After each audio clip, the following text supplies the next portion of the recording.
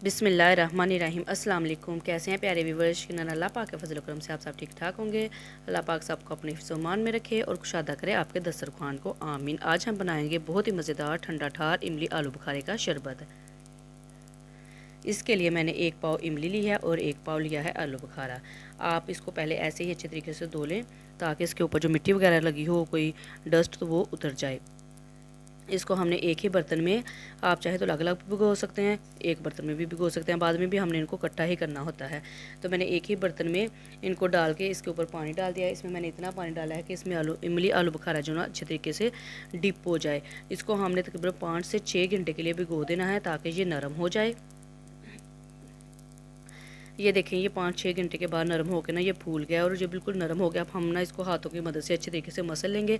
इनकी जो गुठलियाँ सीड्स हैं वो अलग कर देंगे और बाकी जो मवाद है ना वो सारा अलग हो जाएगा।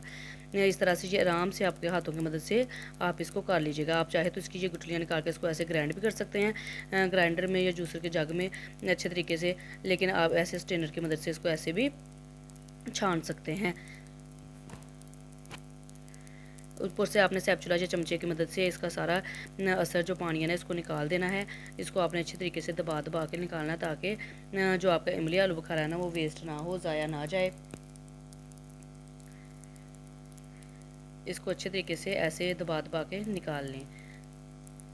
जो हमारे पास बाकी बचेंगी ना गुठलियाँ वगैरह, उस पर हम फिर पानी डालेंगे और फिर उसको अपने हाथों की मदद से अच्छे तरीके से मसलेंगे ताकि इसका सारा असर निकल जाए।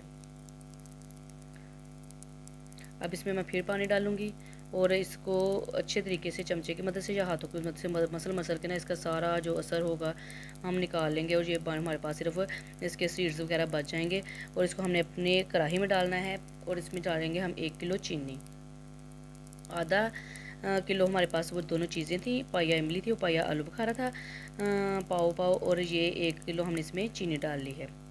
इसको हमने चूल्हे पे रख के पकाना है। तकरीबन हम इसको 30 से 35 मिनट तक पकाएंगे। ये देखें, ये हमारे सीड्स जो थे बाकी बचे थे ये बिल्कुल बेअसर हो गया। अब इनमें कोई जायका असर बाकी नहीं है क्योंकि हमने अच्छे तरीके से इनको निचोड़ लिया, इनका सारा असर हमने निकाल लिया है। चूल्हे पे हमने रख देना इसको पकने के लिए और ये खुद ही पकना शुरू हो जाएगा। और इसके नीचे ना आपने आग ना बहुत ज़्यादा तेज़ चलानी है, ना ही हल्की करनी है। मीडियम आग पे ना इसको पकने दें। ये जो सफ़ेद पानी है ये आप किसी स्टेनर, ये जो इसके ऊपर जाग आ रही है ना, किसी स्टेनर छाननी वगैरह की मदद से ऊपर से उतार भी सकते हैं। नहीं तो अदरवाइज़ जब ये पक जाएगा ना ये खुद ही, ये इसके कच्चेपन की निशानी होती है। जब ये पक जाएगा तो ये खुद ही ना सारा रिमूव हो जाएगा, ख़त्म हो जाएगा।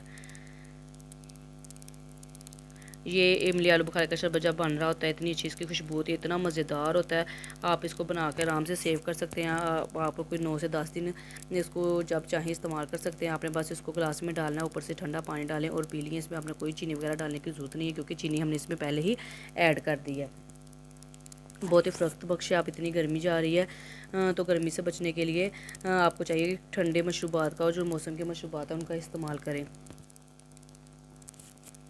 ये जब पक जाएगा ना, बन जाएगा, तो ये चमकना शुरू हो जाएगा। इस तरह से आप इसके ना ये ऊपर से जाग चाहे तो उतार सकते हैं।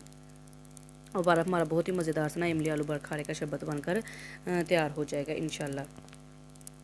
इसमें मैंने हाफ़ टी स्पून काला नमक भी ऐड किया था और इसमें इतना ही काला नमक जाएगा। अगर आप चाहें कम से ज़्यादा कर सकते हैं, लेकिन इसमें थोड़ा ही होता है। ये देखें, जैसे ये पक रहा है ना, इसमें ये चमक आ रही है इसमें, ये और इसकी वो जाग गया ना वो भी ऐसा ऐसा ख़त्म होती जा रही है। इतना हमने तकरीबन पानी डाला था और ये पक पक के इतना रह गया और जो ना गाढ़ा सा हो गया, बहुत गाढ़ा। इसने आपने चाशनी की तरह बहुत गाढ़ा भी नहीं कर लेना, बस जिस तरह शरबत की शक्ल होती है ना वैसे ही हमने इसको रखना है। और अब हम इसको ठंडा करेंगे। जैसे ये देखें हमारा ये ठंडा हो चुका है माशाल्लाह से। इस तरह की इसकी कंसिस्टेंसी होनी चाहिए, ना ही आपने इसको बहुत ज़्यादा गाढ़ा कर देना है कि ये वो शीरे की तरफ चला जाए और ना ही बहुत ज़्यादा पतला रखना कि ये आपका पानी हो। इसको आप किसी भी शीशे के बोतल या जार में डाल के रख दें फ्रिज में और आप इसको कोई 9 से 10 दिन तक इस्तेमाल कर सकते हैं। ये आपको बिल्कुल भी ख़राब नहीं होगा, इतना अच्छा मज़ेदार और जायका और खुशबू इसकी आएगी। हमने एक गिलास में जो है बर्फ़ डाली है, उसमें हमने थोड़ा सा अपना शरबत डाला 3 से 4 टेबल स्पून। और ये आलू बुखारे 3 से 4 मैंने निकाल लिए थे पहले वो अलग से, ताकि जो हम अपने सर्विंग ग्लास है ना उसमें डाल सके। ऊपर से हमने चिल ठंडा पानी डालना है और इसको मिक्स कर देना है। लीजिए, हमारा जल्दी से मज़ेदार सा जो शरबत बनकर तैयार हो गया। और इतने जो हमने बनाया था ना, इससे आपको 30 गिलास जो है ना 25 से 30 गिलास आराम से इतने शरबत से तैयार कर सकते हैं और ये बहुत मज़ेदार होंगे और आपको बहुत मज़ा आएगा। आप चाहें तो ऊपर से भी थोड़ा डाल लें। और ये हमारा बिल्कुल बन के तैयार है पीने के लिए। मेरी वीडियो को देखने के लिए आपका बहुत बहुत शुक्रिया। मुझे भी अपनी दुआओं में याद रखा करें, मेरी वीडियो को पूरा देखा करें, स्किप ना किया करें, मेरे चैनल को सब्सक्राइब करें और मुझे अपनी दुआओं में याद रखें। अब हम मिलेंगे किसी अगली आसान सी रेसिपी के साथ। और मेरी अगर आप रेसिपी ट्राई करते हैं तो प्लीज़ मुझे इसका फ़ीडबैक ज़रूर दिया करें। तब तक के लिए अल्लाह हाफिज़। एक ज़रूरी बात आपको बतानी थी, अगर आपको इमली को इस तरह से पका के खाएंगे ना तो फिर आपका गला कभी भी ख़राब नहीं होगा। इस तरह से आप इसका शरबत बनाएंगे तो अगर हम वैसे भी इमली आलू बुखारे को भिगो के उसका शरबत बना लेते हैं लेकिन उससे आपका गला ख़राब हो जाता है क्योंकि वो इमली कच्ची होती है। अगर इस तरह हम इमली को पका लेंगे ना तो इंशाल्लाह अगर जितना मर्ज़ी आप जूस पिए शरबत पिए आपका गला ख़राब नहीं होगा। ठीक है, ओके जी, अल्लाह हाफिज़।